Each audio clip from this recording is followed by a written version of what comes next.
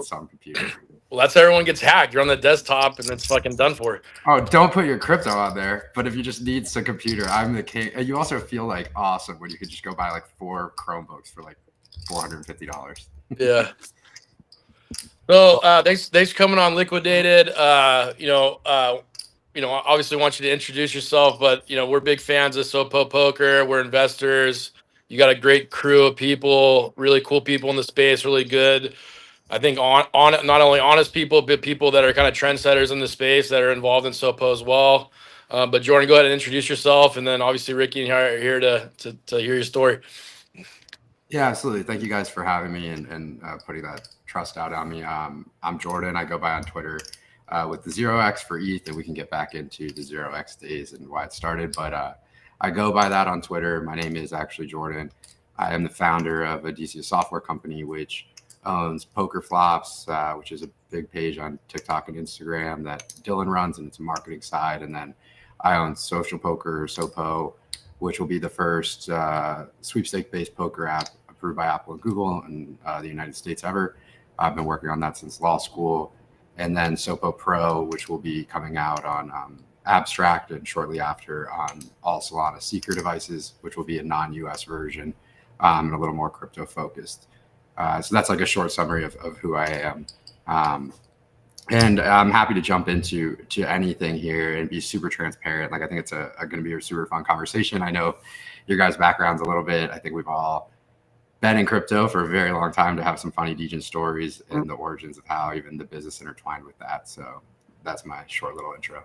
Yeah, I mean, even for me, like a lot of similarities exist. Like I started playing poker when I started law school in like 2000. Shit, I don't want to say so long ago. It was like 2004, 2005, and that's when I got into poker. That's why I got into crypto. I started hearing about ICOs and kind of the wild, wild west, like 2016, 2017. And I think there's a huge integration of poker players and a lot of really good pro poker players that have like either left poker or poker's become part-time because they got into crypto and did really well. Did you have the same kind of experience? And like, where'd you go to law school? I had a super different experience. Before we get going here, just because, I'm degenerate, let's see. I did set aside some money to throw up on shout out to Yeet and just auto spin while we run this. And if it hits, we'll do a giveaway. Can we put a screen? Can we put a screen up with us slots too? Or Dom, can we do that? I also will have it recorded if it does hit. But I have 5K set. I loaded 3, so hopefully we just only don't dust 3. But we'll let it run the whole time this is going. And if it hits, I'll give some away. Well, what amount of auto spin are we on though? What do you want? There's a new game. Let's see what the max bet is for this new Sweet Bonanza game that they just added. I haven't played it yet. Let's see. I've played a lot of Sweet Bonanza in my lifetime. We'll get to those stories too. I have some super degen stories on slots. So the highest you go is 25 a spin. All right, I'll let everyone know if we get into a bonus. We're gonna start the auto spin. Yeah, so I got into crypto in very interesting way. Like I always joke that like I don't understand how people much older than me don't have like insane amounts of crypto, because if I had money at the time that I had heard about it, I would have gotten. I went to an all boys high school, which has a little bit by nature a little more degeneracy to it, and there was a group of kids that were meeting up on local Bitcoin.com and providing the school with stuff that they shouldn't.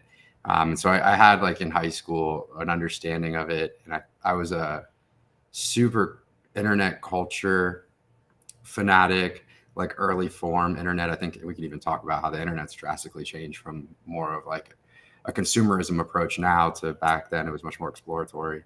But then it didn't really come into swing until like right before law school. I had in undergrad, I started a little social media company. I don't know for anyone that listens to this, like back in the flip mask days where you could flip Instagram handles and Instagram accounts and like grow meme accounts with the memes that you have, almost like kind of Ponzi's, right? Like if you have a bunch of followers across 10 accounts, you can make a new meme account and scale it and grow and sell it. And so before I got to law school, I had, a little bit of money from doing that. And I had started a sneaker flipping company in undergrad too. And I basically was really, really, really interested in smart contracts. So I was a super ETH maxi. I got into crypto just before 2017. Was absolutely obsessed with smart contracts, kind of like seeing maybe the world in the future, kind of seeing where we are now. I had hoped that, maybe all those things were possible back then that weren't.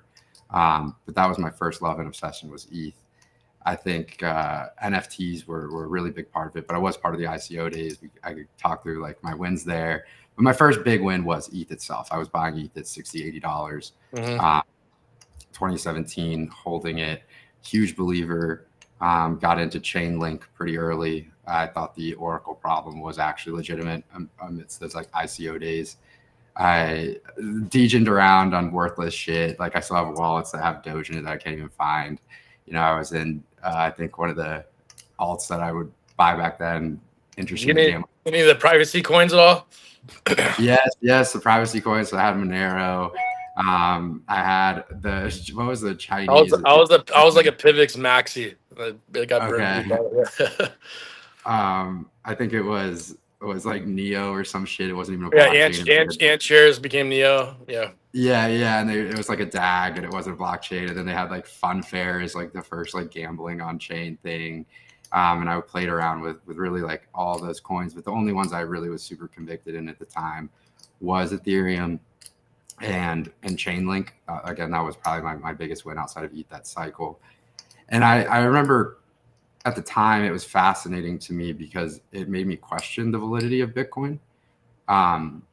Because I saw a world where, I guess like mentally, I saw a world where the traditional finance system could work on ETH, and like it basically became a matter of will administration or countries adopt Bitcoin, because there was an element I saw back then where they could just take traditional assets and further basically Ponzi them by putting them on ETH. And even if you took gold and tokenized it, there's all those ICOs back then. But ultimately, I stuck with ETH, which led me to working with a guy in law school. I was really obsessed with emerging markets. So it was crypto and gambling were the two I loved. I worked, who I think is the brightest mind in crypto law, is a guy named Gabriel Shapiro. He's kind of schizo on Twitter. It's Lex Node is his handle, but like he's super respected, super based dude. Had a chance to intern under him while I was at University of Miami. Where does he live? Florida?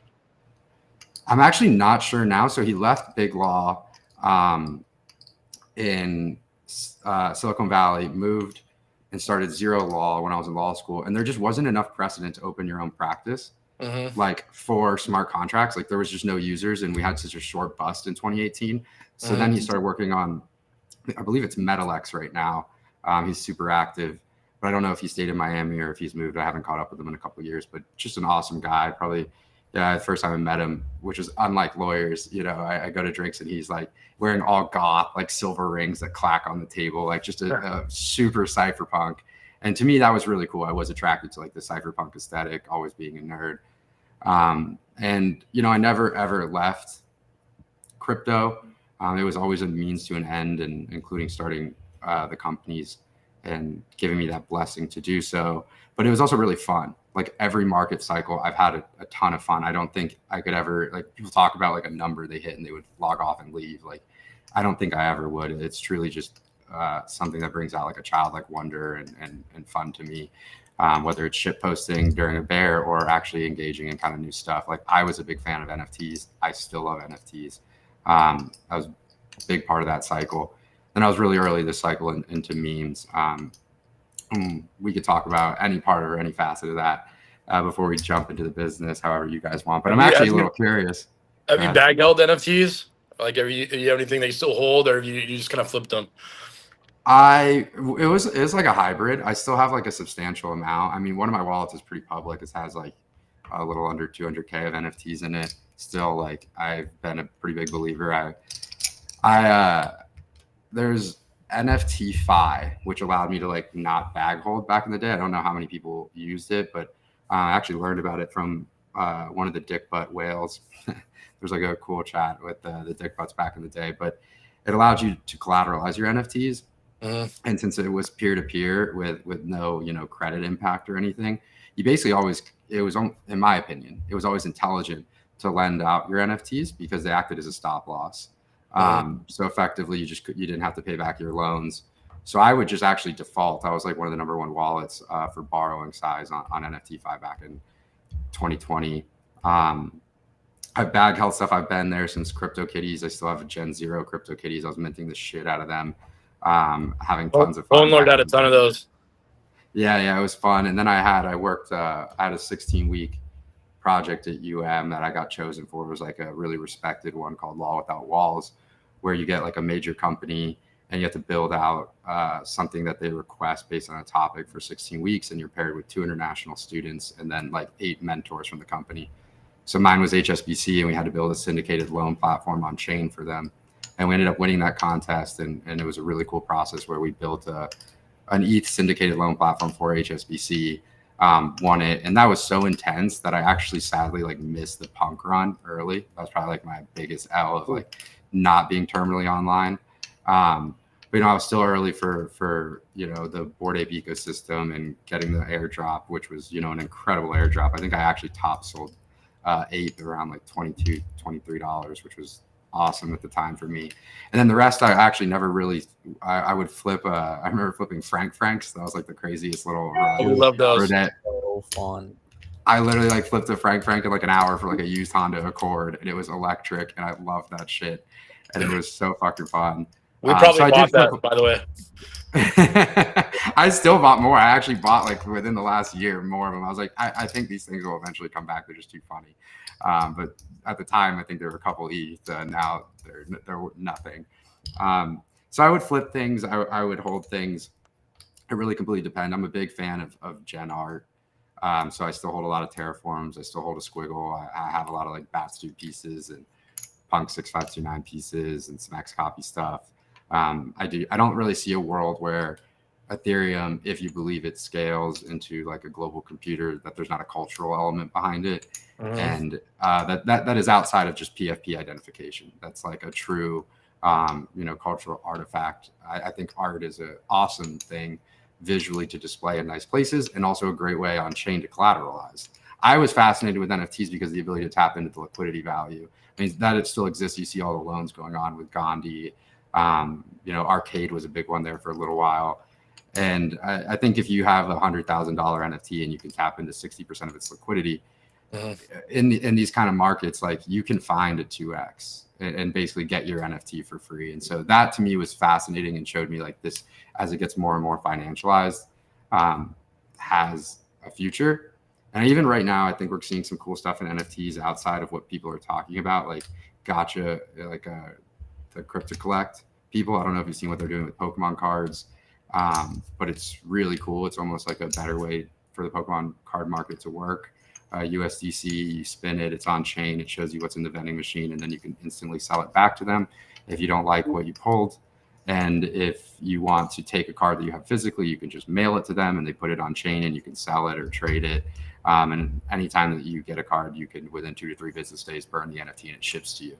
So I think like NFTs really have a really cool purpose. I'm just not sure. Is that the one where you buy the pack for like $2,500 and it gives you a card? Is that the one?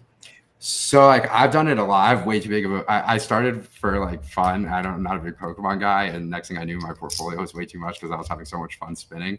It's a $50 USDC option, and then they have like a $250 occasionally if they have the vending machine filled. And you just pull it. It gives you one graded card. You could sell it back to them, or if you like it, you keep it and you could put it on Magic Eden.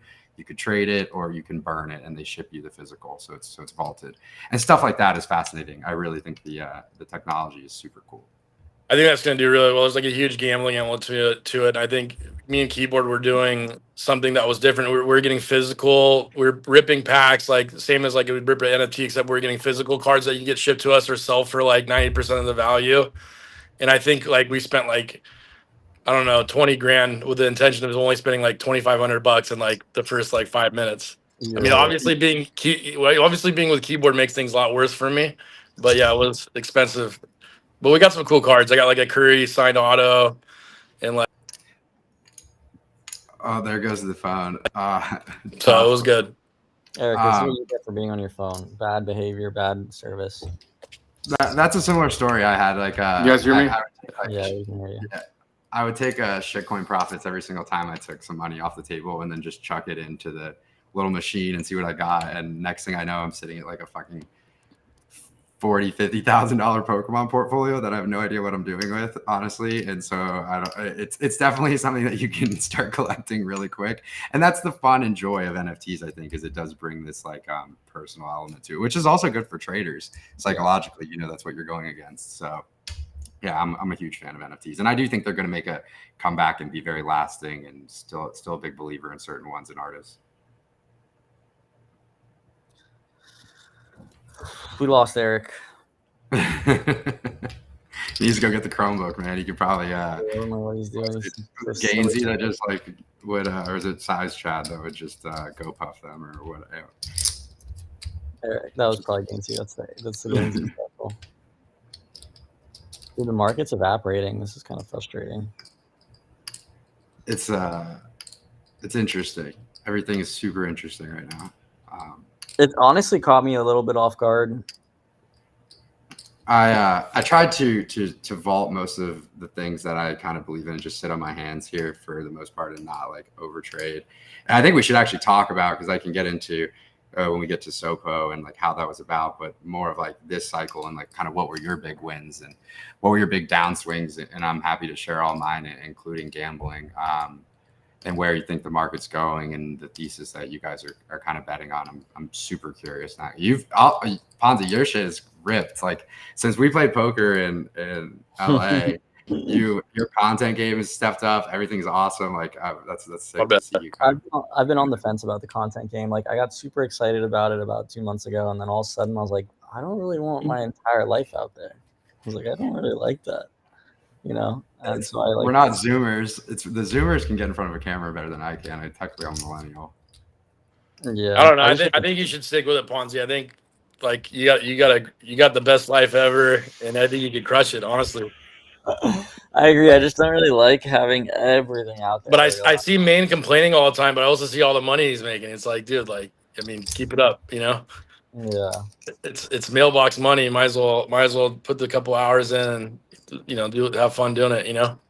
Plus, it's like, you know, just talk to your friends all day. It can't be that bad, you know. Yeah, I don't know. I'm yeah, I don't know.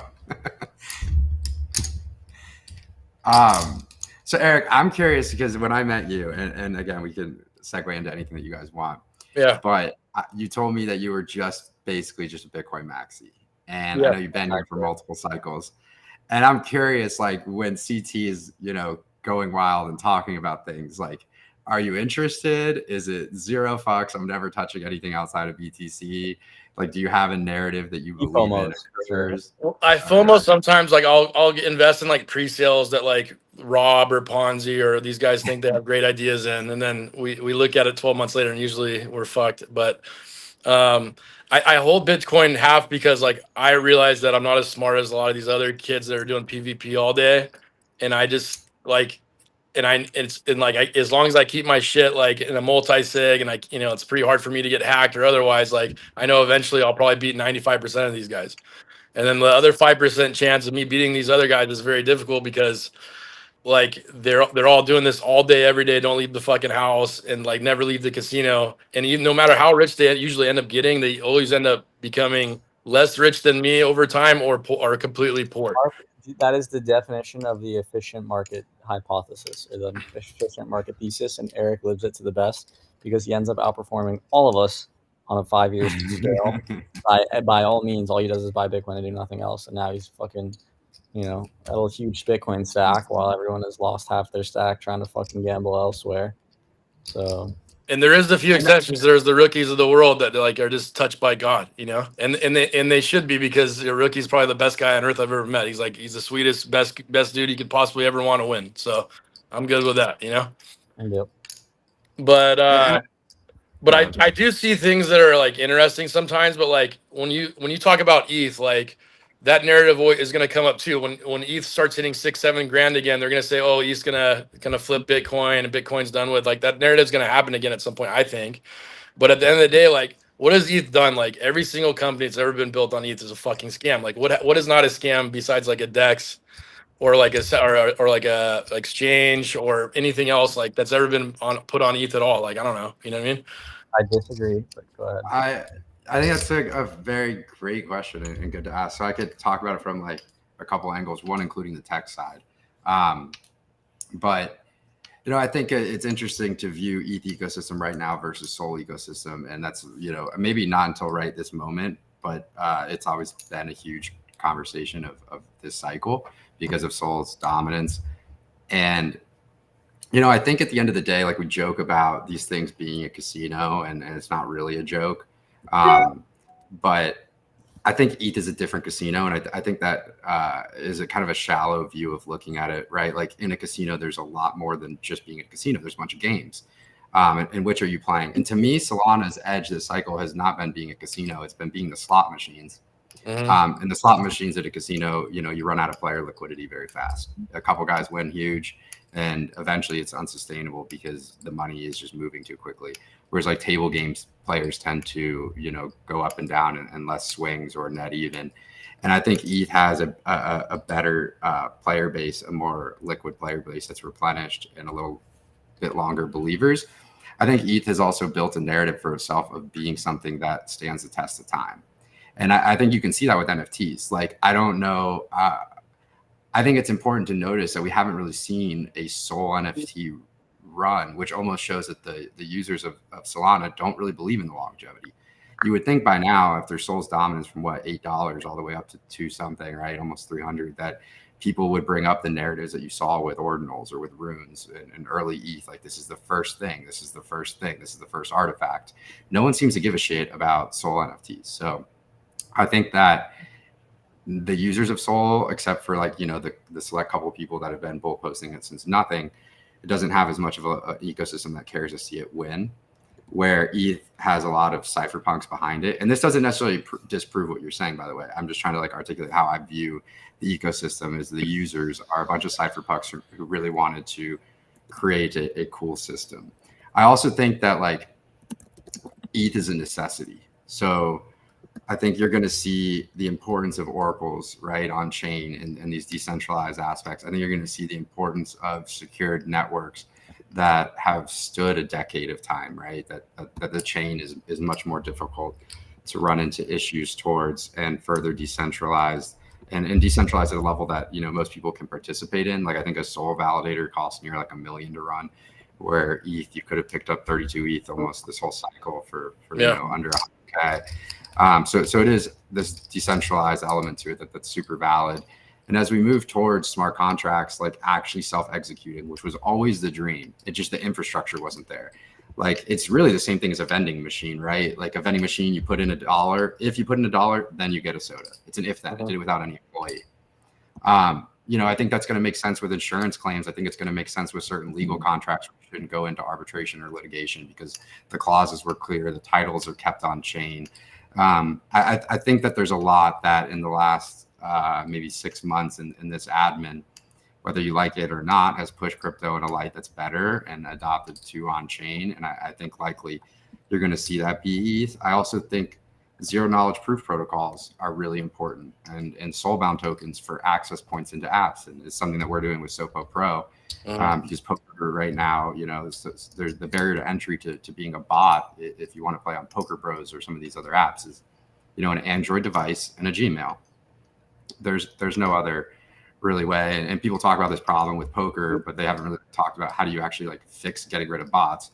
And real-time assistance is different than bots. But I mean, if you had an ability to do, I think it was Bored Ape on their other side land sale that did a zero knowledge proof KYC. And people forget that KYC is just it's not like to monitor you for taxes. It's to show that you're in a certain area so that they could just move forward. And so, you had to hold your license up before the mint, and then they burned the token after. So your data was all secure, and then you could go ahead and mint. I think that needs to happen. But instead of clicking mint after you show it, you claim a soulbound NFT, basically saying you're a human. And you're this one individual, a proof of human. And I'm excited for the Solana Seeker for this because Apple's ecosystem is very restricted. But with Apple, you have to log in with Facebook, Google, or Apple. Like, that has to be there. If you had the ability to just log in with a wallet, and then the only way that you could get into that was a soulbound NFT, you're going to eliminate all the bots instead of this over complex way of approaching it. If you just have to have a proof of human soulbound NFT and you can only log in with the wallet, you could drastically fix a lot of the problems going on in some of these things with botting. And so for me, I just see a world where like on-chain assets make sense to generations that are younger and will continue to get older. And an entire world of digital-based items does make complete sense. And if Ethereum can't ever fix its scaling entirely, it's fucked for sure. Like if this is the world we want to live in, but it's done a great job. And some of the L2s, even like Abstract, have done such a great job. The fees are very low. So I am a big believer in ETH, and I am a big believer of more assets moving on chain. I think it helps create a larger Ponzi of a Ponzi that we're already in. And I think that's very important to continue to kick the can down rather than just view these two things as separate when they can actually work together and help balance that system. I also think there's a fight for USDC liquidity being injected on chain, like between like government nations, right? Like the more that we can have the global currency still backed by USD, even if it's on chain, it still helps our trade. So I think there's a lot of elements to why ETH is going to survive, personally. What do you think, Ponzi? I don't think ETH's going anywhere, brother. Yeah, it doesn't seem like that way. There's too much infrastructure behind a lot of the, and at the end of the day, Larry Fink's not going to let it go anywhere. He's still building a bag. Correct. You know, and I also think ETH staking is still a massive narrative, although it's been taking way longer than I expected. But and I also think the betas on ETH are much more clear and safe. Like you do have to go like the trenches of Solana are funny. Like we all joke about it, but like, you know, the ETH betas, I think will outperform ETH. Obviously, they already have, but it's kind of clear. I think retail will know which coins or which NFTs or which meme coins to go back into if ETH breaks all-time high. I don't think you're going to see, at least my prediction this late in the cycle is I don't think you're going to see as many like new ETH coins. And you kind of have like a group of them that are already made very well. You may see new ETH ICOs, you may see tokenization of stocks or TradFi stuff. But I think, you know, if you look at the Pepes, the MOGs, the ticker Bitcoins, the SPX, like they're already made. They're not going to rug you. You're going to see a great upside in those betas. If you look at the NFTs that have been around, like, you know, punks, squiggles, all these things, like they've held past that rug point that I think it's going to be safer for the retail consumer who does decide to approach a beta, where in Solana, it was kind of a zero-sum game for that user. Like he either made a bunch of money and actually sold it at the top, or he got rugged in the beginning, or he made a bunch of money, didn't sell it, and still lost it all. So there's like a safer approach to the ETH ecosystem that I think is a little more friendly, which goes a long way. Yeah, it is a little interesting. Like I remember we were in Bahamas when they had the mutant ape drop and we missed it because I think we were drinking in Bahamas, right, Ponzi? yeah. But like I asked Ponlor to buy me a gold ape, and instead I got a soul zombie punk, which was obviously a bad investment. But it's strange to me because Mike McDonald's thesis, who is a respected poker player, but also a Bitcoin maxi, but he was going around buying all the degen apes and a lot of the soul punks and other chain punks, thinking that they'd have some historical significance as well. But nothing's ever moved. Like those NFT markets and the soul markets completely nuked. So I do think that's kind of interesting. I thought that would catch some steam, especially in the soul ripping the cycle. You know, but I was wrong. Dude, markets evaporating. I don't think you guys are realizing what's happening now. BTC just like slow dripping into zero.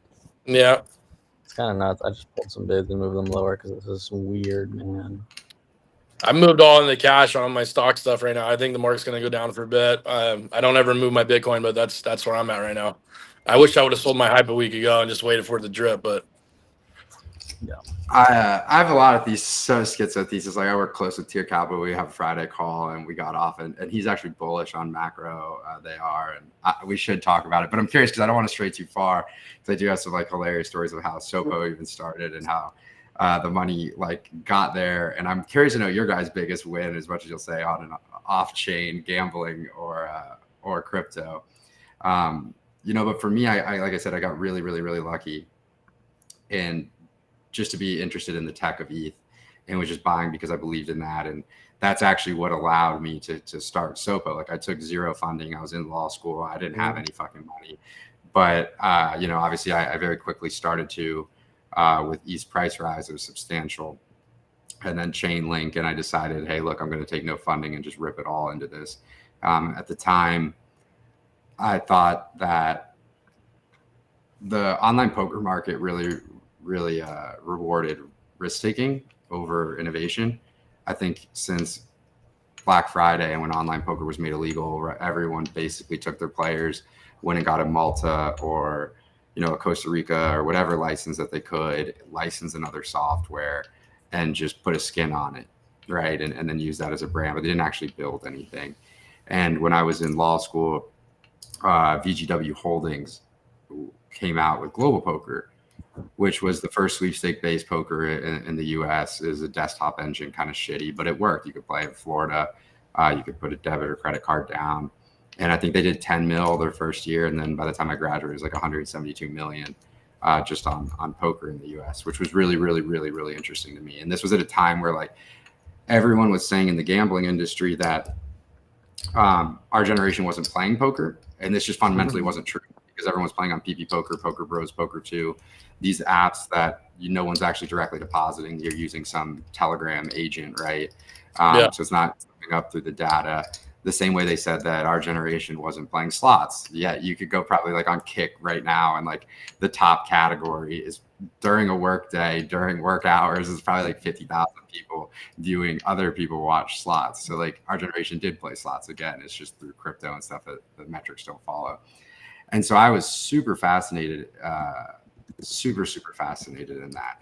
And the more that you dig, the more interesting it got. So in 2019, Apple made you have iOS native code to process real money. And all of these tech systems were legacy tech systems. They had no reason to innovate. They didn't. And if Apple changed that rule, then all the legacy systems aren't going to be able to come in. And I thought that mobile was very important for poker, because during that little mini COVID poker boom that we saw for like the youth, it showed that people are playing poker when they're not supposed to. Whether that's work, whether that's school, you can't pull up a desktop and start multi-tabling 10 tables, you know, while you have a day job or while you're in class, but you could play on your phone. And so for me, trying to figure out a way in which you know, this could be made legal in the US through Apple and Google was really important. And I thought there was like a clear trajectory to that. I also think that poker, like I always say, like does the best job of circle jerking itself into irrelevancy, just continuing to hire the same, you know, nothing against them, I like them, but like Daniel Negreanu, Phil Hellmuth over and over and over and over. It's like my friends who are degenerate gamblers and interested in poker have no fucking clue who those guys are. There's no brand to recognize. If you're just a sports bettor, you're like, I don't really fucking know who that is. And so I think they've done a terrible job of like making, you know, poker actually cool. And then when poker was made illegal, so the media rights were also all purchased, right? So Poker Go hides behind a paywall. And again, I would say the vast majority of my friends like share Netflix accounts. Like no one's happy to show, like you're happy to DJ, you know, fucking $1,000 worth of soul at a moment that you get a contract from a friend. But if you have to pay $15 a month, you're like upset over it. And it's this funny juxtaposition that's just like super real. And it's like, so why can't you just bet on poker instead of hiding it behind a paywall, right? Like why can't, as basic as why can't you bet if the flop is coming red or black? There's other ways to take like the visual aspect and the entertainment engagement of poker and not hide behind a paywall to drive that revenue. So poker to me was like this super opportunity in the US. And I had kind of a one shot where I could say, okay, I'm going to take everything I made in crypto, which in hindsight, right, I should have been an Eric and just sat on all my ETH, and that would have probably been the better move of everything I could have done in life. But I was able to build this up and scale this out into what's now a 25 full-time employee situation. Will be the first to launch. And this is the first year of my life, our first cycle rather, I haven't been overly stressed because it's done, it's funded. Every other cycle, you know, I was having 40K development bills a month while in law school. And I'm just having to like trade my way through it. And that's actually why I stayed in every crypto cycle, was because there's so much asymmetric opportunity if you were just tapped in and like had an edge on internet culture. So NFTs was the first one. And then my biggest win and biggest fumble this site, probably all crypto, biggest win and biggest fumble was Pepe. Like for sure, that was like the craziest story ever. I got super lucky. A buddy called me. I used to talk to. I'm actually curious what you guys think of Charlotte Fang and Remilia system. We'll get there in a second. But Dijon Harambe, who's the guy behind Pepe, him and I used to talk about NFTs a lot because he was big in the Dick Buck community. We talk about like checks and terraforms and certain things like that. And good friends, trusted him, knew he was hungry. You know, during that period, I think it was Dead Bear. You had like Matt Fury NFTs going on. You had like Jack Butcher with Pepin. The meta was kind of Pepe. The meta was absolutely not shit coins, but there was like a Pepe lore. And then, you know, Pepe comes out. And my buddy, and I thank God for him every day, just called me. I remember like maybe a Friday or something, I was driving. He's like, I just saw Dijon Harambe's tweet a Pepe contract in a comment section. It was 3 minutes old, and he fired $600, 300 each. We ended up with just under like 1/50th of the supply, so almost 2%. The worst fumble of my life, the best win of my life. Wow. Yeah, I think if I had just you know, gone into a coma for a little bit, that would have been incredible. I think I was like probably $100 million there. So that was a big one for me, and that's what got me really into all of the meta of the cycle early, like Ticker Bitcoin guys, the MOG guys, like seeing really early. I think bear markets are so great because there's so little noise, and if you actually care and you're tapped in, it's super easy to figure out like where things are going, and you know which people on CT or humans are like a node, like literally a node, and going to spread mimetically that even further. So I bet pretty hard this cycle on those coins early. I was super blessed and fortunate to kind of have that burden off my back where, you know, I didn't have to fund Sopo anymore, and I kind of got to just enjoy this. And I think that Remilia was a huge part of this crypto cycle. I really do. I know a lot of people feel a certain way about Milady or Doan or whatever, but I think it's probably the coolest thing. I always actually say this, I do. I think it's the third coolest thing I've discovered in crypto. For me, it was Bitcoin itself, then smart contracts, and then actually Remilia. I'm really impressed with the lore and the message behind it and the ethos. But what is the message behind it? Explain this to me. I think it's like one of those things that you're just like curtsy go down the road. So no, it's much more. It's much more.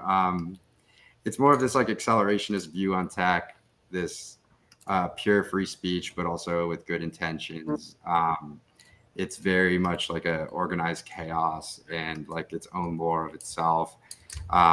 It's very difficult for me to like express that once. And there's very cool Charlotte Fang readings that I would suggest reading. I think isn't Charlotte Fang a dude that LARPs as a girl? Yeah, it's a dude. Everyone LARPs as a girl. There's like a Chinese Facebook where you just steal pictures from and post it. Like it's just to go back to posting. It's a lot of the old internet versus the new internet, kind of what I was alluding to. Like, you know, we were in that age where we did see a timeline that was chronological. Like we lived through the timeline shifting to being algorithmic based and feeding us what it thought we wanted to consume. Whereas like the early internet people, you know, we were on, you know, what was like the drug form? You had like Erowid, and you could like go read on like the effects. You had to like actively pursue the information you wanted to get. And it was really interesting where right now it's kind of just slop consumerism. And so the ethos of it was really like a focus on making their holders rich and controlling this on-chain ecosystem. And if you look at every major coin that was made this cycle early on in 2023, it came out of, you know, the Milady Remilia ecosystem, whether it was Pepe, Ticker Bitcoin, MOG. And again, it's very hard to put it out there, but reading into the lore of some of the writings is good. It's esoteric, but Charlotte Fang's a very good writer, a very good blogger. He has like 3 pieces that I would recommend, and I'm happy to send you off. It's about taking risk. Send those to me. Yeah, I will. And look, I think they get a lot of hate, right? Because people just say shit that they shouldn't say. But like, if you logged into a Call of Duty lobby back in the day, like you heard awful words because, you know, you were told you can't say this word, and you close the door, you have no parents around, and you just start screaming bad words only because you were told not to, and then you get the freedom to do so. And so like, I think online represents a lot of that, and free speech is one of those things that should be an absolute, which means it comes with bad.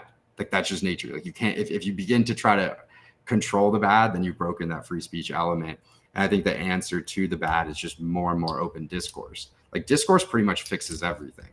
Instead of telling people you can't talk about that, platform them. That's the opposite of what people do. But my thing was to give them a platform and have someone smarter on the other side argue with them, and then let the public come to their own consensus. Because like humans are really good at coming to consensus socially. Like we always kind of collectively come to consensus fast. So I think it's only that we lose consensus when we don't have discourse. And Remilio, I think, was key in kind of creating an on-chain movement.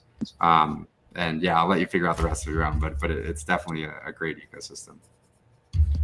Are you working in law anymore, or are you just completely focused on SOPO and crypto? You seem pretty like, you know, theoretical about the space and everything else, but like how do you view yourself in this world? I am not in law at all. I would I'm only SOPO, not even really in markets. Like I'll trade. I'm not a trader. If I make a trade, it's with no tools, no bots. It's on my phone. I'm not running TA. My edge has never been being like a quant or a trader. It's been understanding like, hey, I have an edge in internet culture. Mm-hmm. And so I'll trade it accordingly to that, which is, I don't even necessarily look at like the buy zones. It's not my thing. I'm very much actively participating in the market and in the day-to-day, but definitely not a trader. Law, I would consider going back post SOPO if I thought like America was really scaling into and embracing like kind of like we are right now crypto. I would love to be a part of making sure that system was good and like fighting for the goodness. Like even the stablecoin act, like I'm glad it passed, but I don't think it's necessarily the best act for like cypherpunks. It gives a lot of bank powers, stuff like that. I would like to go fight, but I'm only SOPO. I think that we're in one of the coolest spots ever you can be in as a company, where we've spent years in-house building the tech out, right? And so we have it on Apple and Google with sweepstakes coming. And I'd go ahead and say as early as next week. And then from there, we'll go on to Abstract as a web app through them. And then the Solana Mobile is a crypto version under.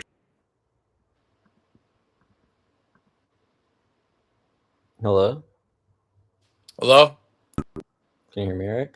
Yeah, I can hear you. I think just froze out for a second. Jordan died? I'm not sure. Yeah, it looks like he died for a second. Just a heads up, I gotta leave here in 5 minutes. Oh, good. We have two. There he is. Nope, still frozen. Yeah.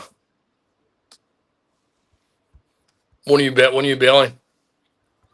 I gotta leave at 3:45 on the dot. All right, when are you going back home though? Not for a while. Yeah. Not for a few more days, yeah. Not for a few more days. Market turned into a scam in minutes. Are we fucked? What's Bitcoin at right now? 113. That's not great. When are you gonna start buying? 111, 110? I just fired my first order, but I'm not comfortable, and I'm bidding down to 108. Just Bitcoin or Sol? Just Bitcoin, nothing else. ETH I'll buy at like 3,300. If Bitcoin gets down to like 100, I'll like refire all my shit into IBIT. Yeah, that's a good spot for sure. But I mean, Yeah. I don't think it goes that low, dude. I mean, if it seems like it's gonna go, it might go sub 110. Oh, that would be so bad. That would be really bad, honestly.